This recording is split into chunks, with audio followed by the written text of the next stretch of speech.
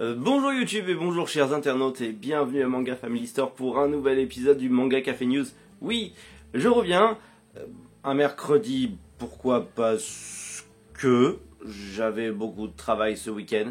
J'ai joué à Palworld tout le week-end, me jugez pas, j'ai joué à Palworld tout le week-end. Mais c'était cool et je me suis reposé, du coup je reviens en forme, un mercredi matin. C'est pas grave, on n'est plus à ça près dans tous les cas. Mais je reviens, aujourd'hui on va parler de pas mal de petites actus cool qui sont passées la semaine précédente et ce week-end. Je vais essayer de rattraper un petit peu mon retard sur l'actu et vous donner mon avis sur l'actu comme d'habitude. Donc sans plus tarder, c'est parti pour notre petit programme ultra croustillant. Et aujourd'hui on commence fort avec Vega Dupuis qui s'associe avec Kadokawa pour nous sortir des grosses pépites. Le Renard Doré, la nouvelle collection spécialisée manga de la maison d'édition Rue de Sèvres. Après Elden Ring, c'est au tour de Dark Souls d'arriver en manga. Et pour finir, un nouveau Yuri vient enrichir le catalogue des éditions Meian. Allez, Manga Café News, eh bien c'est maintenant.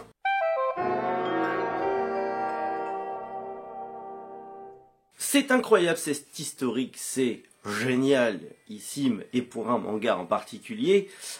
Kadokawa et Vega Dupuis, qui travaillaient déjà ensemble dans tous les cas, vont renforcer, en tout cas renégocier leur contrat pour s'étendre un petit peu plus. C'est-à-dire que Vega Dupuis va pouvoir avoir accès à un catalogue un petit peu plus impressionnant et notamment se lancer un peu plus dans le light novel, en sachant que c'est le groupe Média Participation, qui du coup fait partie aussi d'autres maisons d'édition assez connues en France, qui va pouvoir du coup potentiellement avoir accès à des light novels qui ne sont jamais sortis chez nous mais dont les mangas sont édités chez les éditeurs du groupement. Donc ça c'est cool, à voir ce que ça va donner. Pareil, on a la chance, enfin, Gundam en manga, et ça c'est la news qui me réjouit le plus. Gundam en manga avec Gundam The Origins qui revient du coup chez Vega Dupuis, en tout cas qui revient en France. Chez Vega Dupuis, c'était chez Pika. Les tomes sont introuvables parce que sortie de commercialisation et les tomes coûtent une fortune sur Vinted. Merci la spéculation.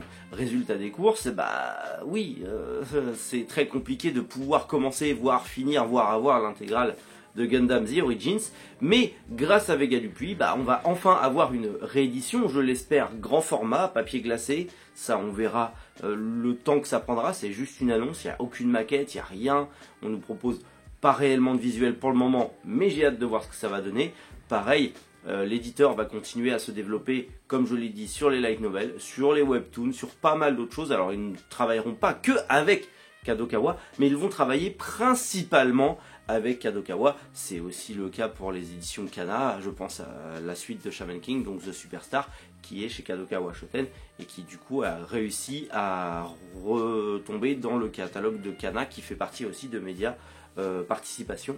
Donc ça c'est plutôt cool, en sachant qu'il y a énormément de bonnes pépites ces mangas chez Kadokawa, donc hâte de voir ça. Et si on peut avoir tout l'univers de Gundam chez Vega dans une belle collection, belle perfect édition, alors je rêve, je spécule, ce n'est qu'une idée de ma part, mais nom de Zeus, ça serait beaucoup trop bien, donc hâte de voir ça. Et Gundam, bah c'est la vie, c'est trop bien.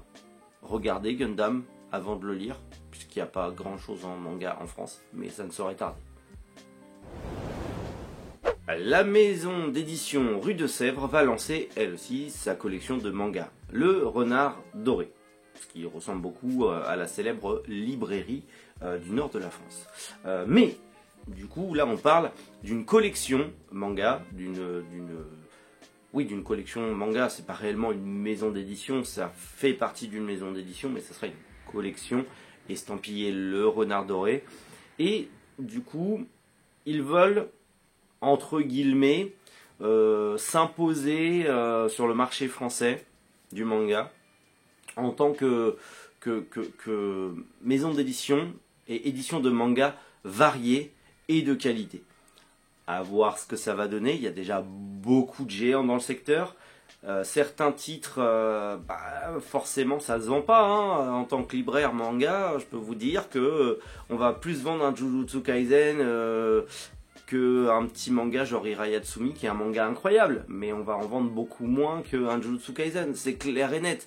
il y a des géants du secteur, il y a des shonen incroyables qui bouffent le marché. Donc il faut quand même faire attention en disant on va arriver, on va proposer un truc différent et on va faire quelque chose de...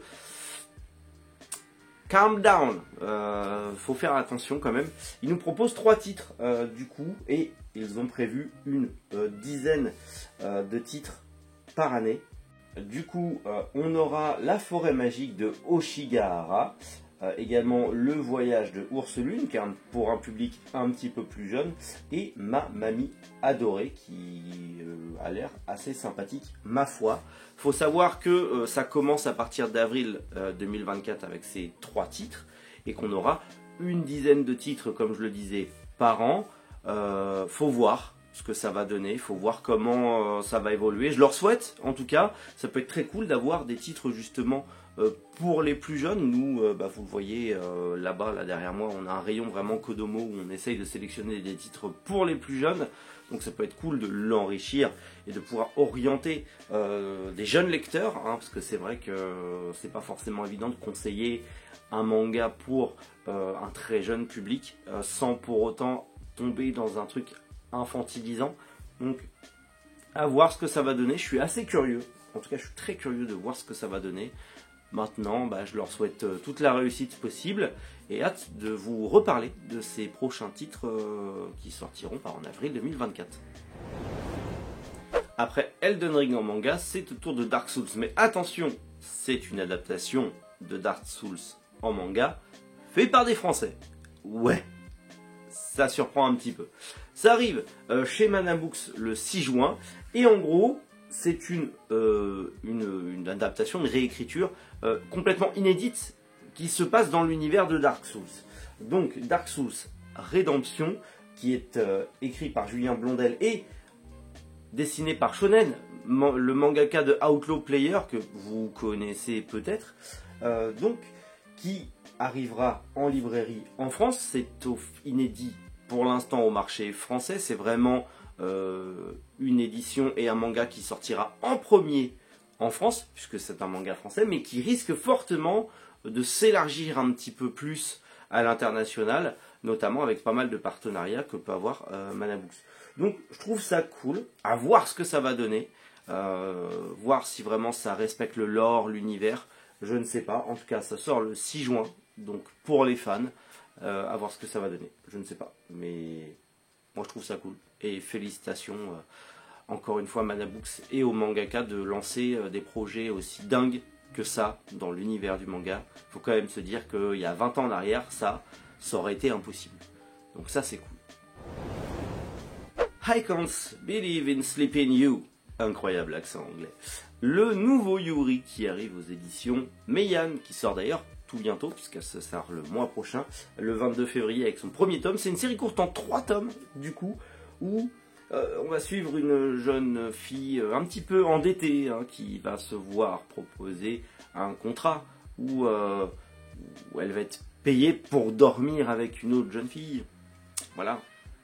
Mais du coup, il va y avoir des sentiments, une petite romance.